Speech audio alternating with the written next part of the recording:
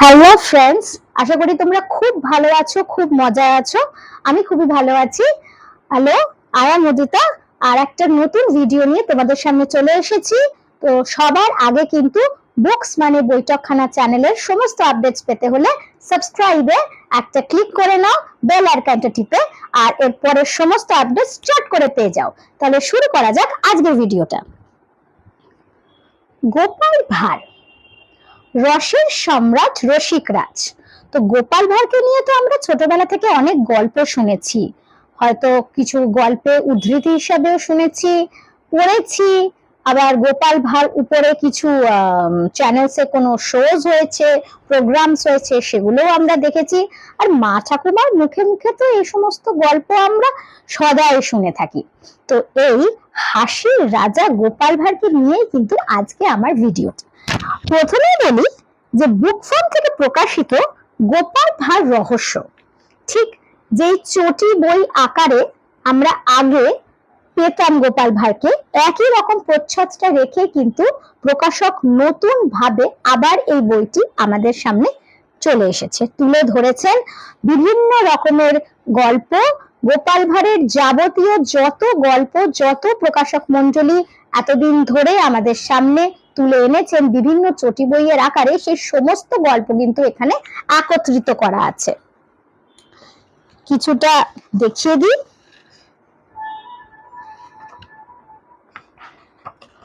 মজার মজার সব গল্প, হাসির ভান্ডার যাকে বলে। আর এর মুদ্রিত মূল্যটি হলো মাত্র 275 টাকা, প্রকাশক বুক ফার্ম। এইটা কেনার পরই একটা বইয়ের প্রতি আমার অমোঘ আগ্রহ কিন্তু রয়ে গেল, এবং সেই বইটাই এখন তোমাদের সাথে শেয়ার করার পালা। গোপাল ভাঁড়ের সন্ধানে,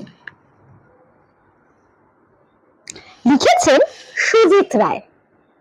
সত্যি অভূতপূর্ব একটা জার্নির মধ্যে দিয়ে আমি গেলাম এই বইটি পড়ে। কেন জানো তো? গোপাল ভাঁড়ের যে সমস্ত অজানা তথ্য, যেগুলো আমরা হয়তো শুধু চিন্তা করেছি, ভেবেছি, বা অনেক ক্ষেত্রে হয়তো ভাবিও নি, এরকম বিভিন্ন ইনফরমেশনের ঠাসা এই বইটা। মানে গোপাল ভাঁড় কি কোনো ঐতিহাসিক চরিত্র, নাকি সেটা শুধুই আমাদের মানুষের কথকের মাধ্যমে কিছু প্রচলিত কাহিনীর একটি চরিত্র মাত্র? সেটা নিয়ে কিন্তু গভীর সমালোচনা হয়েছে, তর্ক বিতর্ক হয়েছে, এবং বিভিন্ন লোকের বিভিন্ন মত পোষণ হয়েছে। সমস্ত কিছু ব্যাখ্যা সমেত এই বইটির মধ্যে কিন্তু ঠাসা রয়েছে।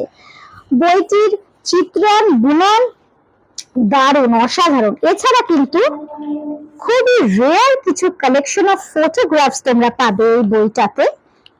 কিছু অয়েল পেন্টিং পাবে, আবার পাবে গোপাল ভাঁড়ের যে বাড়িটি রয়েছে, যেটাকে মনে করা হয় যে সেই গ্রামে, সেই বাড়িটিতেই একদা গোপাল ভাঁড় থাকতেন, সেই বাড়িটির কিন্তু কিছু ভগ্নাবশেষের অংশের ছবি এখানে রয়েছে। এছাড়া তার যে বংশধরেরা, মানে বলছে, তারা ক্লেম করছে যে তারাই গোপাল ভাঁড়ের আসল বংশধর, তাদের কথাও কিন্তু এই বইতে আমরা পাই।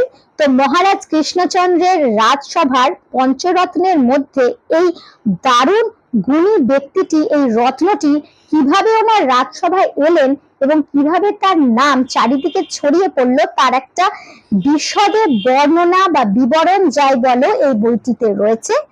তো গোপাল ভাঁড় আদতে ইতিহাস নাকি শুধুমাত্র মানুষের কল্পনা, সেটাই কিন্তু এবার জানার পালা।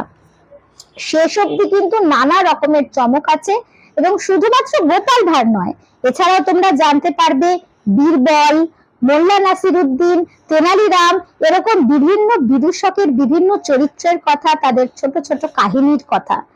তারপর 12 ভূঁইয়াদের কথা, এবং প্রাক পলাশীর যুদ্ধের আগে বাংলার সমাজ ঠিক কিরকম ছিল, বাংলার পরিস্থিতি ঠিক কিরকম ছিল, তারও কিন্তু কিছু ধারা বিবরণী রয়েছে এই বইটাতে। তো সব মিলিয়ে এটি একটি দারুণ সংগ্রহ। আমার মতো তোমরা যারা বই প্রেমীরা আছো, অবশ্যই তাদের এটি সংগ্রহে রাখা উচিত। নিশ্চয়ই তোমাদের খুব ভালো লাগবে। এটি বুক ফার্ম প্রকাশনা থেকেই প্রকাশ করা হয়েছে। আমি কিছুটা দেখিয়ে দিচ্ছি।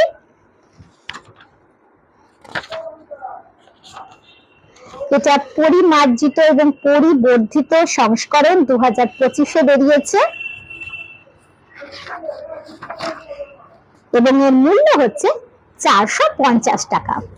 তাহলে তোমরা সংগ্রহ করছো তো অবশ্যই কমেন্টে জানিও। আর যারা ইতিমধ্যে এই বইটি পড়ে ফেলেছো বা গোপাল ভাঁড় সমগ্র রহস্য, গোপাল ভাঁড় রহস্য এই বইটিও সংগ্রহ করেছো, তারাও কিন্তু আমাকে কমেন্টে লিখে জানাও তোমাদের এই বইটি কেমন লাগলো। আর যারা কেনোনি তারা অবশ্যই তাড়াতাড়ি কিনে ফেলো।